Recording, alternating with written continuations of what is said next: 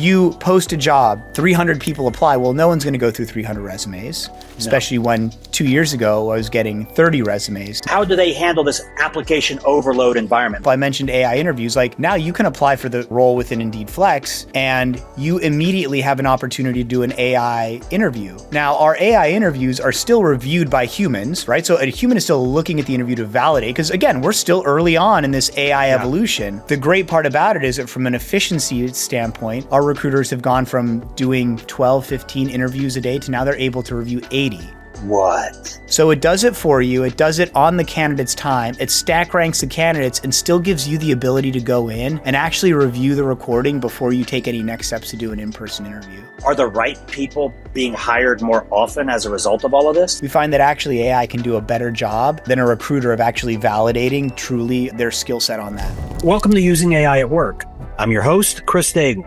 Each week, we'll be learning how today's business owners, entrepreneurs, and ambitious professionals are getting more done with smart use of tomorrow's tech. Let's get started. Right now, every business leader is asking the same question. What are we going to do about AI? If this is you, ChiefAIOfficer.com has the answer. We give you a simple path forward where we provide executive and team training so your people know exactly how to safely use generative AI in their day-to-day. We also manage the deployment and implementation to make sure tools actually get adopted and deliver results.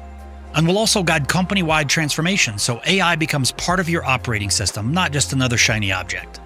The companies that act now will increase productivity, cut costs, and grow faster than their competitors. Those that wait will get left behind. So if you want to make AI work in your business, visit ChiefAIOfficer.com and see how we're helping companies of all sizes finally get results from AI. Hey everybody, welcome back to another episode of Using AI at Work. My name is Chris Daigle, and I am your host of the show. And today we're going to be talking about a topic that we've recently had a few episodes about because I think it's very important. And that's AI's impact on like the labor market and hiring and making sure that you're getting the right candidates and you're not getting bamboozled by AI when it comes to resumes and things like that. And the guest that we have today, James Terry, is a perfect fit for that. He's a leader at Indeed Flex, which is a division of Indeed. If you've ever done any online hiring for even the smallest of businesses, you've run across Indeed, so you know that. And his practical lane is how is AI impacting recruiting and screening and labor scheduling and workforce operations and all of those things. And the reason that he's such a good fit for this is because he's speaking from the vantage point of somebody who's selling and implementing AI-enabled hiring tools, not just as a pure theory or this is what could happen. They're actually doing this stuff at Indeed Flex. And the good news, James isn't just doing it in the job. From our pre-interviews, he's an active practitioner and user of AI himself, using Gemini and Gems and NotebookLM and all of those things in his day-to-day work. So, James, before we get started with kind of the meat of the episode, anything that you think the listeners need to know about kind of your background and how AI is changing things for you? Yeah, Chris, I would say I'm probably in a similar boat to a lot of people in that I have recently, in the last, 6, 12, 18 months, started to hear and focus more on using AI. And one of the things I've noticed is I've gone to conferences, talked to a lot of peers that are in similar roles to myself, is that everyone is really trying to figure it out, but no one has the secret sauce. And so if you are out there and you're kind of starting to dabble, and I think where a lot of people start is like, oh, it helps me write emails, it helps me with internal documents or whatever. That's great, but really focus on seeing how you can level up on that skill set, because I would say that like no one, like while you've got this podcast Using AI at Work and you're probably ahead of where I am, and there's a lot of people that are at varying degrees of like their AI usage, but this has only been around for a handful of months or a year or so to any large extent. And there's no doubt that it's going to continue to grow and continue to change the world. I'd say the big question for me is, are you one of the people that's a laggard, or are you at the forefront? Are you one of the people that's pushing ahead? Because no one has truly 100% figured it out yet, right? No one has actually figured out the secret, the magic bullet. And everyone, and so even if you haven't really started, you're only 6 months behind, right? Yeah. But in a year, in 18 months, in 2 years, you're going to be too far behind to be able to catch up. And so from the standpoint of like growing your own business and growing your capabilities and your productivity, that's one side of it. But another really, really big part that I think is super critical is like, you have an opportunity to really be a front runner within the industry that you're in as a whole, whatever that is, whether you're in finance, sales, operations, whatever that might be. And the quicker you take advantage of it and start to figure it out, because no one else really has, the better. I think that's fantastic advice and quite accurate. Are you dialing in from the Indeed Tower in Austin? Is that where you're working from? I am dialing in from Indeed in Austin. Yep. The big tower? No, not the big one. We're a little bit north. We're about 15 minutes north Okay. in an area called the Domain. No, so we're not at the downtown Sure. one, although I do go down there Okay. sometimes. Yeah. For those of you that aren't familiar, so the Austin skyline, like Austin's known as certainly a tech hub and very entrepreneurial environment and that sort of thing. And the downtown has transformed over the past decade. And one of the biggest buildings in downtown is the Indeed Tower. I see that as a sign that I know that they're renting out other stuff and it's an investment, those sorts of things. We're talking about online recruiting, right? And like managing the labor force and all those sorts of things. This is a huge topic. So if you're listening to this and you're like, well, I'm a small organization or somebody else in our organization handles that stuff, I would say with just the fact that we've got somebody from Indeed, which is, I don't know, maybe the largest of those, sharing their perspectives on how AI is impacting this whole process, pay attention. So you mentioned that, you've been going to these industry events and that your peers and colleagues haven't quite figured it out, quote unquote. What is the figuring out that you think is missing? Yeah, so my team leads, or my team is responsible for the revenue side of Indeed Flex. So there's really two parts to our business. There is the client part of it. That's my responsibility. And there's also the worker side. And so on the client side, I would say like that is about, there's mid-market and enterprise sales, there's implementation, there's client success, there's all those different areas. So this isn't specific to the labor market, which I can definitely get to, but like where I use it, where my team uses it on a day-to-day basis is if you think about hiring and hiring practices, you have a client, let's say they have 35 different warehouses and distribution centers across the US, and you've had a number of conversations with them as you've scoped out the opportunity and the ability for you to work together and go into a relationship with this prospective client. Well, when you're hiring, like think about it. This is fundamentally a people job, right? You've got workers that are showing up at a certain place at a certain time for a certain pay rate to do a job. And there's a lot of tacit knowledge that needs to be shared across that.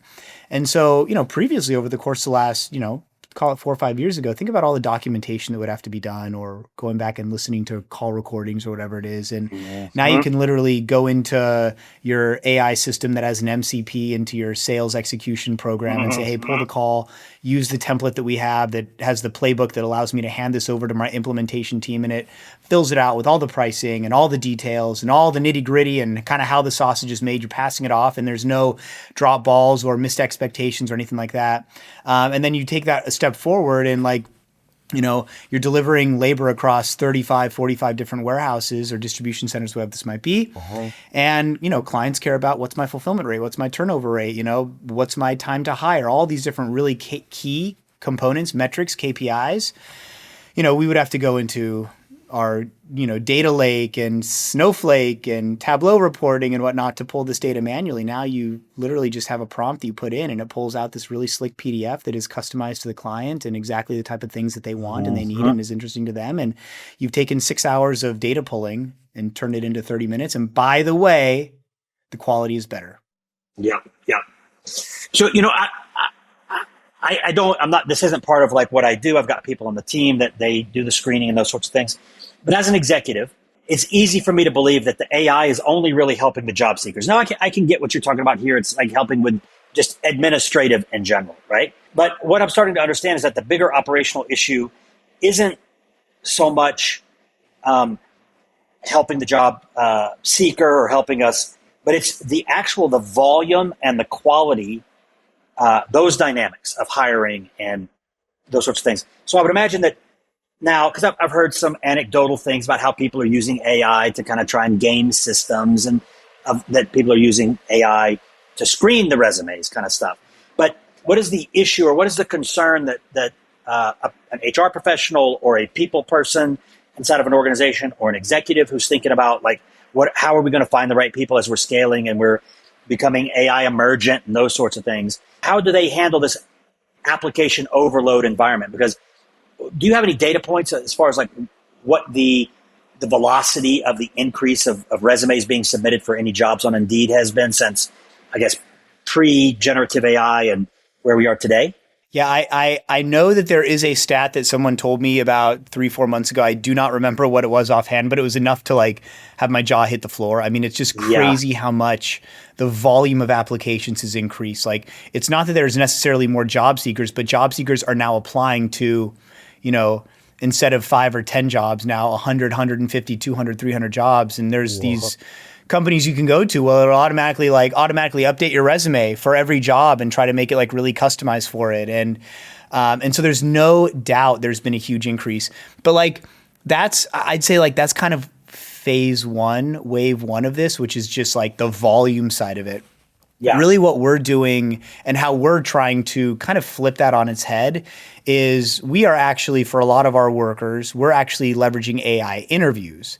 So a resume only says so much. I mean, Chris, like there's a stat out there, 70-something% of people lie on their resumes. Sure. So how good, I mean, by the way, AI is now making the resume for a lot of these people. So, there's questions there, but more broadly, like, the problem is not the fact that people are applying for jobs at a larger number. Like, hey, that's actually a good thing, right? Get your name out there. The question is what we're doing to be able to filter those job seekers down into who truly is going to be the best fit for the role. And that's where we've really put a lot of time, effort, and energy.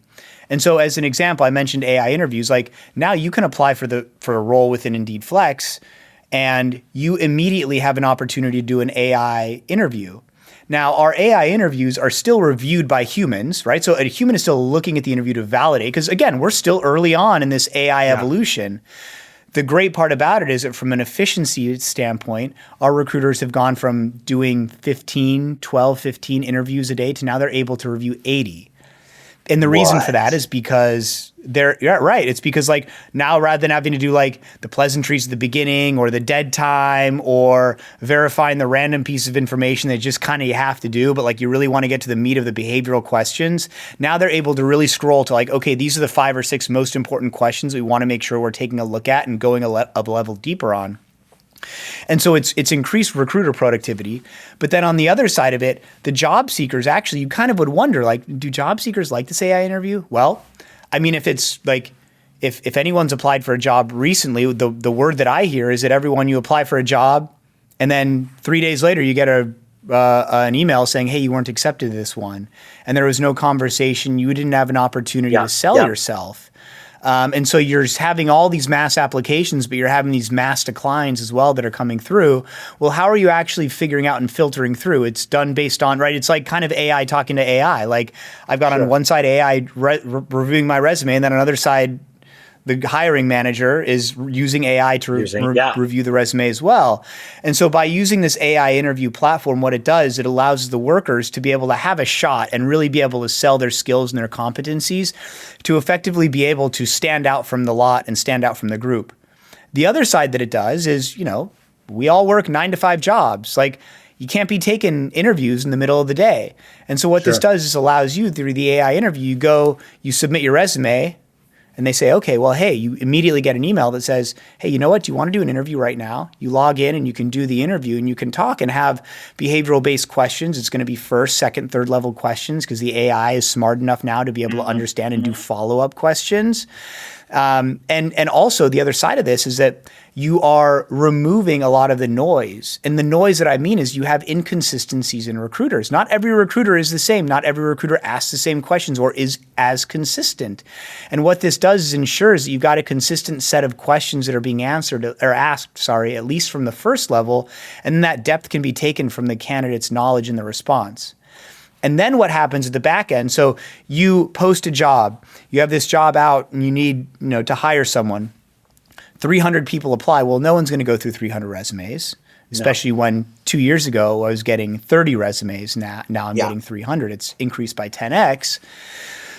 I can then run the AI interview, and then I can go in and see, hey, who are the top candidates? And it stack ranks them. And I have the ability to go in as an Indeed client and go and look at, here are all of the answers. And I can watch every single one of the 300 interviews that have been completed, or I can just scroll to the most important part of those questions of that interview and be able to look at that specific area. So it does it for you. It does it on the candidate's time. It stack ranks the candidates and still gives you the ability to go in and actually review the recording before you take any next steps to do an in-person interview. I got a couple of questions. One of them is about like the interview, like tactically, like what is that like the experience as an applicant? But let me ask, with all of this optimization that's occurring, and me as the applicant being able to optimize my resume specific to what the company's looking for, and on the company side, they're able to not just do a sample of the 300, but actually go through all 300 and really dig in on that. Are the right people being hired more often as a result of all of this? Does the question make sense? That's actually, it's funny. That's actually something that Indeed has been focusing on a lot over the course of the last couple of years. Like if you think about the way that Indeed operates, now I'm talking about not Indeed Flex, but Indeed proper. That's historically been difficult because if you think about it, like the job candidate can come through Indeed, but then they go into an ATS system and that signal of whether or not they got hired can be tough. They've actually done a lot of work on that recently and been able to start to get those signals back from the ATSs. I think it's probably still too early to see like whether or not you're having better success with it. But I can tell you, like from our standpoint, like what we notice with our candidates that we use AI on, you guys hire, we've actually found. That we hire, we've actually found that the AI does a really good job of selecting out candidates based on truly their experience. So when it comes to like motivational fit and when it comes to more of those soft areas, the system isn't quite as good. But when it comes to actual experience, we find that like truly if you're going to place someone into a role that requires a higher level of skill set, let's say we were using that warehouse example, like a forklift driver, we find that actually AI can do a better job than a recruiter of actually validating truly their skill set on that. Okay, that was helpful because it seems like the whole idea about AI is that better, faster, stronger. I can produce more, produce it at a higher quality, and produce it faster, right? But how does that translate to the people side of, a lot more 30x, 50x applications coming through, but we're balancing that out because we're using AI on the backside to do a level of evaluation that the human just wouldn't have the bandwidth to do. So I'm curious, like, are the right people getting hired as a result of that? So thank you for sharing that. It's a great question because if you actually think about it, like let's play out this mind map here. Previously, I would apply for, this is anecdotal by the way, right? But previously I would post a job and I'd get 30 candidates.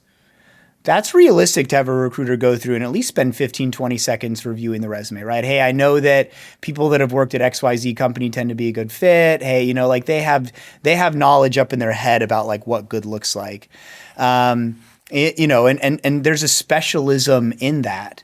Whereas now if I get 300 resumes, I'm not going to look at one because I just can't get through them all. And so I send it through the bot and the bot tells me who's best. And then I figure it out from there and I schedule whoever for an interview. So, it's almost like, are the people that are just really good at mass applying or tailoring their resumes more specifically to an organization or to what this system is looking like or looking at? Yes. Are those the people that are going to get roles?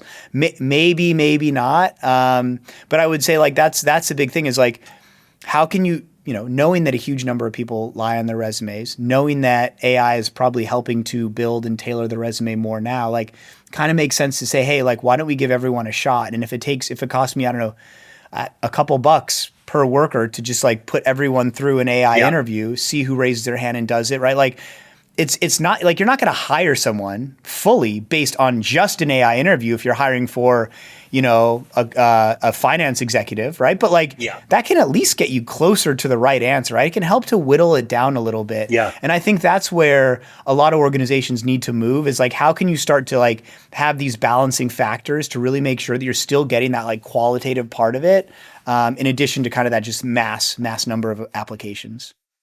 So this AI interview process makes a lot of sense hearing it, but the execution of it, I'm an applicant. Am I being interviewed by like an avatar? Is it a chat only? Is there voice interaction? Like, what does the mechanical side of that look like? Yeah, we do not use an avatar. We've done a lot of research on this and found that that for some reason can be a little bit off-putting, and so it's just kind of like little like voice squiggles on a on a screen. But yeah, you're chatting Okay. with, you're talking to the AI agent, and we've done a great job of reducing the latency in it. It's much more conversational. Like I said, they're able to answer or ask like second and third level questions. And we've asked workers like, what do you think? And what we found is that most workers actually say, I'm either as happy with the human interview or happier. Yeah. And I think a lot of the Yeah. reason for the people that say that they prefer it is because they can A, do it on their own time, and B, it's like not as intimidating if you're just talking Yeah. to, Yeah. to that as opposed to like, talking to an actual person. Like, are you seeing individual companies doing the same thing, or are they pretty much relying on Indeed and Indeed Flex to handle all that for them? Yeah, so at Indeed Flex, the direct labor that we hire, we use AI interview on across the board. And like I said, we do have human interview or human review of it. There are some roles that are super technical that we don't do it on as much, but the volume of candidates isn't as high there.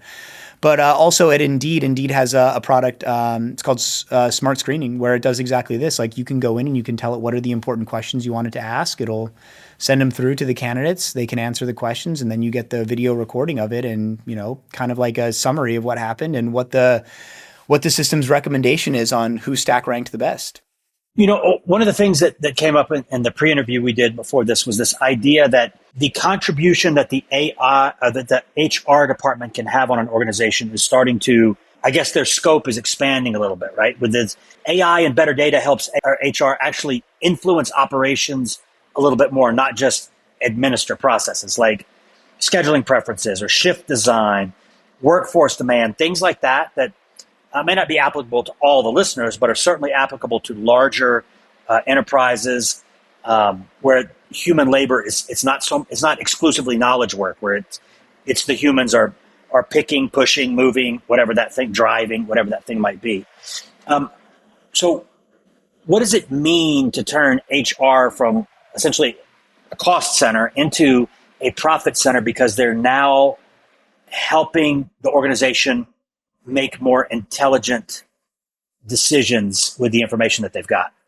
Yeah. So with my experience and Indeed Flex being in kind of the human capital side of the business, like we're going to talk about HR, but actually in my explanation I'm about to give, it doesn't need to be HR. It can be any support function, quite honestly, because the question, the paradigm shift is how can you turn yourself from like an administrative function into something that's actually going to be able to help drive the bottom line of an organization. And AI is really helping to enable that. Now, there are a huge number of tasks, boxes that have to be checked, things that have to be done to be able to ensure that like the business is functioning well. And like those support functions are there for a reason. But AI is allowing us to be able to take a lot of those manual touch points and automate them more effectively.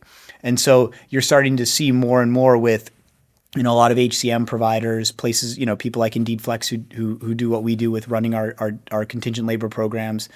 How can you remove the need to like make 10 phone calls and send 6 emails, right? And like all of those things that previously were kind of just necessary evils, and how can you remove them and free up time to actually be doing more value producing things? And so the impetus of this concept is like using AI to be able to remove a lot of the administrative burden.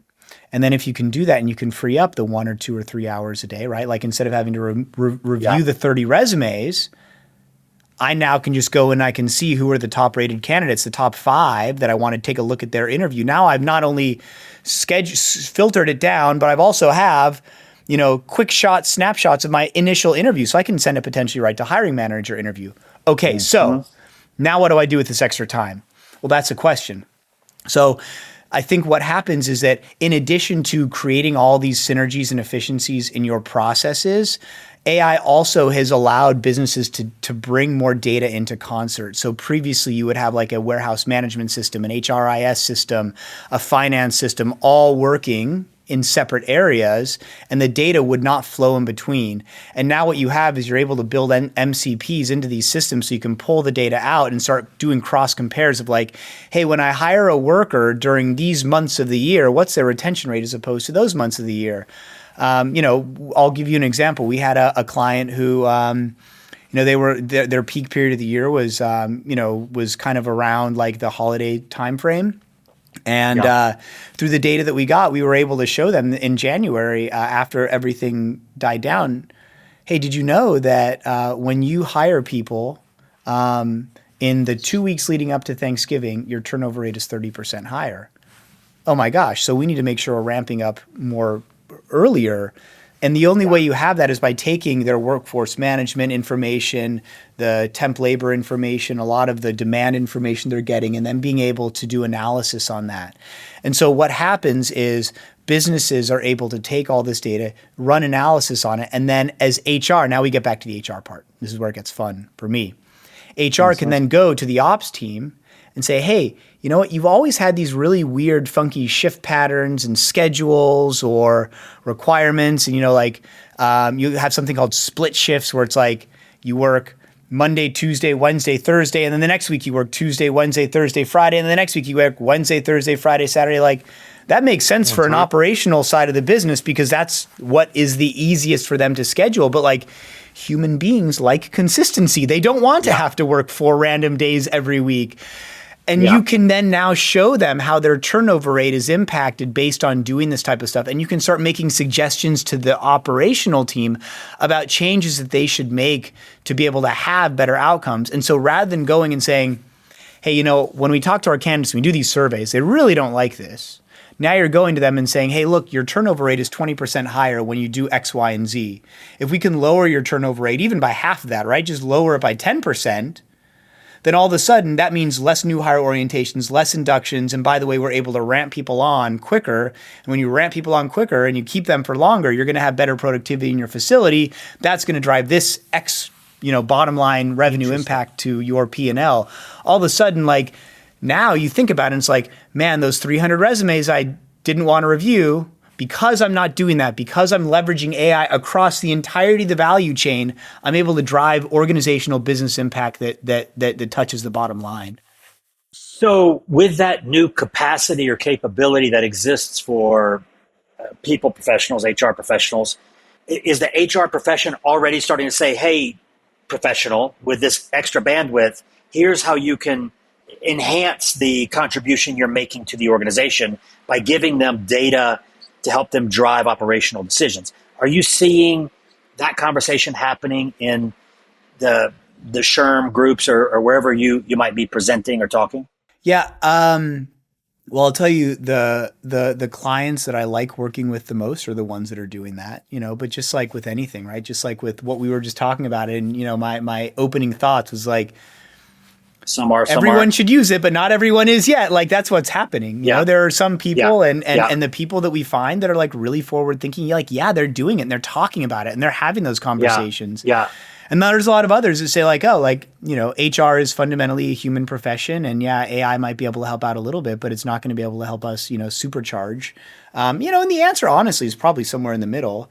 But what I just talked about, like the example I gave you, that was not an HR example. That was like a business efficiency example, right? Like that's really where the interesting part lies. It was driven by some savvy, example person in the HR department because they had additional bandwidth and they were asking the right questions to the models and to the data set.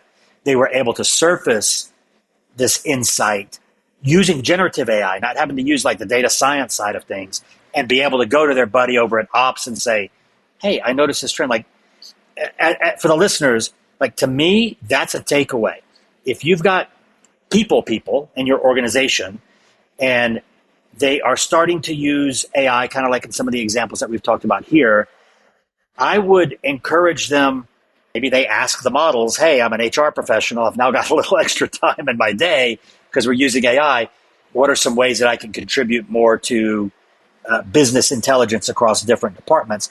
Like as an operator of a business, and if you're listening and you're an operator, I would be thinking about this new, enhanced job description of what my HR people, what my people are doing with that added bandwidth. Because it's like, if I'm not hiring, it's not like, great, now they can look at more resumes. Well, if I'm, seasonally filling or whatever, or, just like dynamically when I need it, I don't need them to go and look at more resumes, which is what they're already doing. I need them to start thinking about ways that they can, now that we have this bandwidth and we have this unique perspective and data set that the operator doesn't have, the finance person doesn't have, the sales team doesn't have, how can I, as a people person, contribute to the organization? So that's where my head's going with this. Now, one of the things, I'm going to switch topics a little bit. One of the things that our organization does, we've trained a lot of non-technical business professionals. And I think over 18,000 at this point. What I know is that AI adoption gets real when people are forced to use it on not examples and not like, here's a case, but like their actual work, right? And one of the things I know is that in our pre-interview, you were kind of sharing that how you were using Gemini and things like that. And one of the examples was with a bid writing support. I guess it was a bid writer was overloaded, and you just, as a professional who's AI literate and AI fluent, was able to solve that problem. Do you remember that scenario you were talking about? Yeah, I mean that's an easy one. Right. We have you have a bid library, and you set up. I think in this example we were talking about like NotebookLM and and having your AI system. I think it was Gemini at the time. Pull off of that and put in the requirements that the customer has. You have kind of the template, and you say, okay, like tell me what you got. And that's really interesting. But that's like kind of like a little bit of that. Like that's sort of like 101 stuff. And I love it. And I think that's great. That wasn't really the light bulb moment for me though. Like the light bulb moment for me has really been, taking some of these like disparate data sources and putting them together. So like one example that I think is, it just happened a couple of weeks ago for me, like one particular example where, we have a client and we're looking to, one of the people on my team is looking to expand the footprint with that client. And so they need to put together a presentation and a bid, essentially a proposal. So they went in to AI and essentially said, hey, I want to go and, put together a presentation for this client about X, Y, and Z, blah, blah, blah, And what the system does is it will pull off of our internal data set and say like, here was what yours, here are the KPIs that matter, right? For any business, you have a KPI that's important. Like, here are the KPIs that matter to this company, pulling them in and saying like, hey, here's where we've been really successful. Here's where we haven't been successful, right? So now I know like the numbers.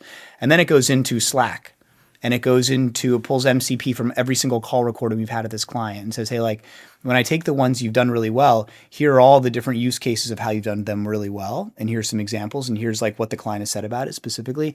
And then if I take the ones you haven't done well, let me like pull Slack, let me pull Gmail. Let me also pull the call recordings of like, what did you do to be able to triage those, right? Because like, I'm in the service industry, right? At the end of the day, like, yes, we have a technology product, but the product that we actually deliver are the people that are going to do a job. There's always issues that happen with that.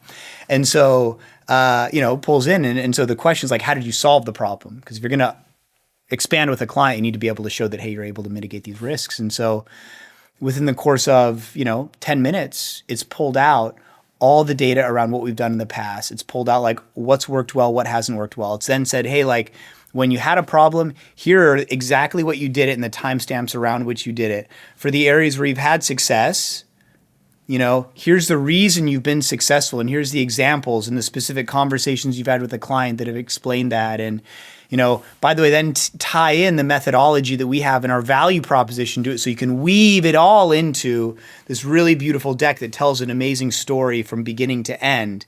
And that was done within 15 minutes. And right, like it's not the end product, right? You still need to go in and like double check it and make edits and change it and make it sound a little bit more personal. But like you've taken something that previously would have been probably multiple meetings with multiple people across, a 2 or 3 week time frame, and you've gotten, you haven't gotten to the end product, but you've gotten 80% of the way there in 20 minutes. Yeah. And by the way, Yeah. the insights that the AI is pulling are actually really interesting and something that hey, we might not have actually thought about that other component, right? We know that 3 of these 4 are really important. This 4th one, though, that one kind of came out of left field, and that's a really good connection point that the system was able to make. So I guess I want to address maybe the elephant in the room. In 2023, people started using ChatGPT 3.5, 4.0 came out, that sort of thing. They're like, this is amazing. But the news and the narrative was around people are going to be losing jobs because of AI. Okay. Pretty quickly, I realized ChatGPT is not going to take my job. And then it kind of switched. Well, AI is not going to take it, but somebody who knows AI is a better candidate than somebody who doesn't know AI. All things being equal, sure. I think you and I would agree that they can produce more, produce it faster, and produce it at a higher quality.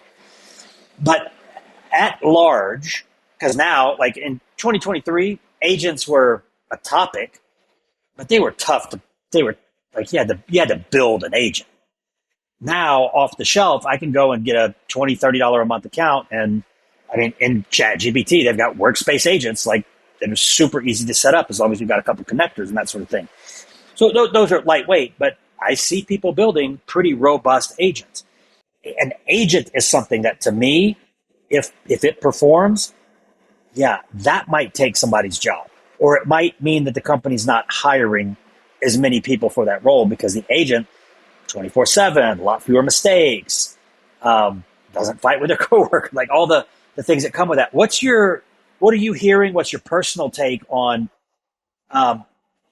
generative AI in particular, the impact that it's going to have on, an individual's economic viability if they're competing now with an agent or an automated workflow or something like that?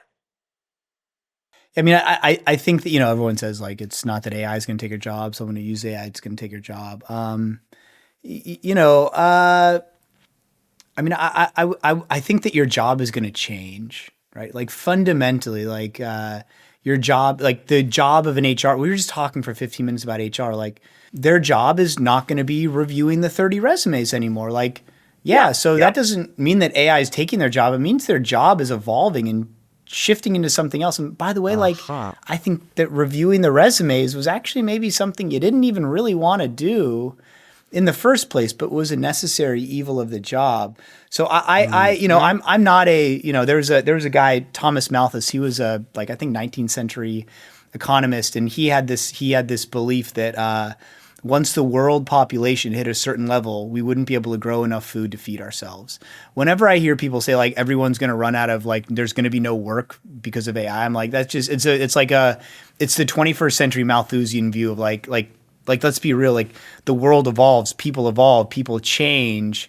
I won't get into the economics of it, but if there's no one has jobs and there's no money, then no one can actually buy the AI tokens anyway. So it doesn't really matter. So I think that people's jobs will evolve. The way I think about it is people will just become more productive. And so all the things that, people will become more productive. When people become more productive, there's more wealth to spread around, more people come out of poverty. I think it's all in all net sum a great thing, but there's no doubt that people's jobs will change. They will evolve.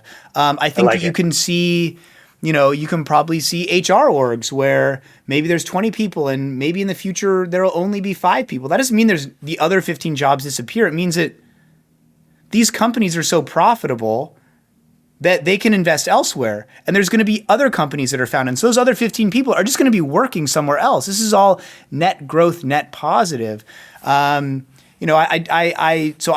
really subscribe to, I guess you could call it the optimistic belief about it. But I think you'd be ignorant to say that there's not going to be a change. I think there is fundamentally going to be a change. And I also think that, myself on the revenue side of the business, which is kind of sales, client success, whatnot, when I hear people say, oh yeah, I use AI to help me write emails. I'm like, dude, that's all? Seriously? Those people are going to have a hard time. And so the question is, are they going to be fast about that evolution, or are they going to be slower? There is going to be people that are going to be displaced and are going to have to find work elsewhere, right? As these organizations evolve. But the question is like, do you want to be the person who not only has the ability to accelerate past everyone, but like you also have an opportunity right now to kind of like make the playbook of what does good look like? Like no one has really figured this out yet. And to have the like how many times in humanity have you have an opportunity to have like such a groundbreaking opportunity in technology that is starting right now? Right. I think Jensen Huang said it, like we are literally alive in the best time to be alive in humanity. And that is true because we have an opportunity to shape what it's going to look like. Like we do. We have an opportunity to shape truly what it's going to look like for the next generation. And we can have our thumbprints on that. Well, hopefully episodes like this of the podcast are like part of getting people to say, I did it a certain way. We now have AI. I can have AI help me do it that old way. Or I can start to create this hybrid environment where we still do what made sense in the parts of this role that we liked, but now with all this other bandwidth, we're able to create, provide better decision-making capabilities for the rest of the organization. Or some of these examples that we talked about, which I hadn't really thought about prior to this conversation of, well, great, now that the ops person has more time or the sales team isn't spending as much time on the stuff they don't like and they're spending more time with like, what can we have them do with that additional bandwidth that may not necessarily be symmetric to what they've always done in their role? And I think like that's what you're talking about here. We have the opportunity to ask those questions and start to go, like in that case, hey, wait a minute, HR folks, you guys have insights into some things.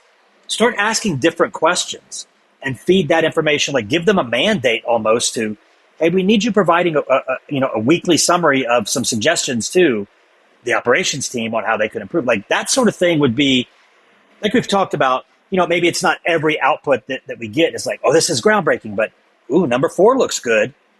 And enough of those questions being asked with enough of that information being shared across these different departments that didn't have dialogue, especially like intelligent design dialogue between them, are now going to open up some opportunities. I like the direction that that's going. So let me ask, are you putting out, go ahead. No, I was just going to say, I think you're right on. And I'd say like one of the big areas that I think, I work for a company that is like very forward on AI. I talk to a lot of clients who work for companies that are very conservative. And so I feel like I'm speaking to you from a place of privilege in so much as it's not that my company pays for like the whatever subscription for the LLM. It's the fact that what we do is we have invested in connecting as many different sources to our AI system because that's really where it gets amplified. Like in my opinion, it's like go find the right model for yourself and for what you're doing. Go and build a second brain, train it with the skills. And what's a second brain? Well, ask it what a second brain is. What is a markdown file? Just ask it what a markdown file is. How do I, just ask it and it will help you actually craft this. You have to be critical for it, but if you just ask the questions, it'll do it. And then you take like a skill set for like what your specialism is, and then you can start tying in these data sources. And that's really where it's gotten interesting. It's like every single conversation that every single one of my people has is recorded. And I can pull all of that into AI and say like, hey, what are the best people doing and what are the not great people doing? Hey, create a deck and like include quotes that I can like reference to a client that's going to help drive the message. Like that's where the beauty happens. It's not just by like having your own little like shielded AI case. It's like have it talk to the rest of the data in concert within your organization. And that's really where you start to see like, oh my God, I had no idea that something like this was absolutely possible. I love it. So are you putting out perspective anywhere? Like, are you writing a blog or Substack or LinkedIn or anything like that? No, I don't do that. People have told me I should, but no, I don't. Do you think I should, Chris? Where would you? I do. Because like you said, this is the time that people like you and I and the listeners can start to put our fingerprints on what tomorrow looks like, right? Like, and that's why I do this podcast so I can ask questions of people that are thinking about a different sliver of the big picture than I am. And like, what have you discovered?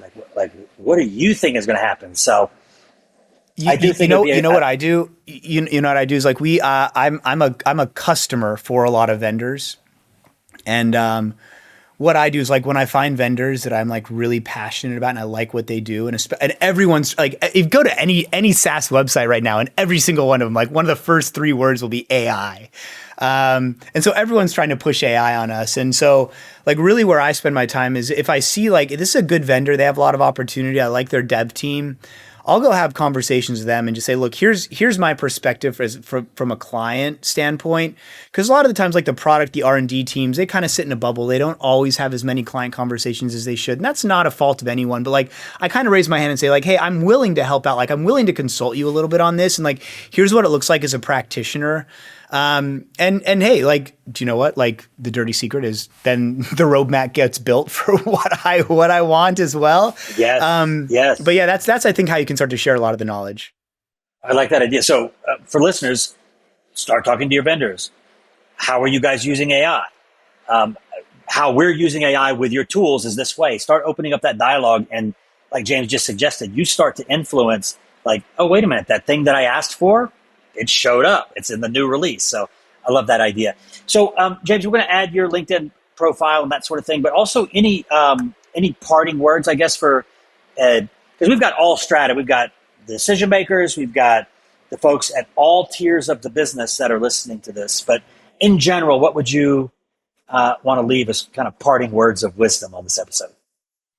I would say, embrace it.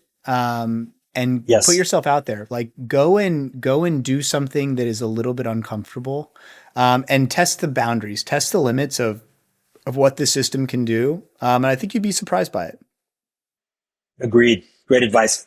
All right, everybody. Thank you so much for joining us for this episode. We're going to be back next week with another amazing episode about using AI at work. And I want to thank our sponsor, Airbnb. Not really. We happen to be on the road when we're recording this. But James, thanks so much for taking time. I know that this is an exciting time for Indeed Flex and for you in particular being involved in revenue generation. Anytime that you're not on the phone with clients is costless. But I appreciate you making the investment with our audience here today. Thanks so much, Chris. Thanks, everybody. Thanks for tuning in to Using AI at Work. Don't forget to subscribe for more conversations about how to use AI at work. And a special thank you to our sponsor, Chief AI Officer, for empowering businesses with AI education and training. Visit their website for a free AI readiness assessment and AI strategy guide to help you get started using AI at work. That's www.chiefaiofficer.com. Follow us on Twitter at the handle Using AI at Work, and visit www.usingaiatwork.com for free resources to help you harness AI in your role.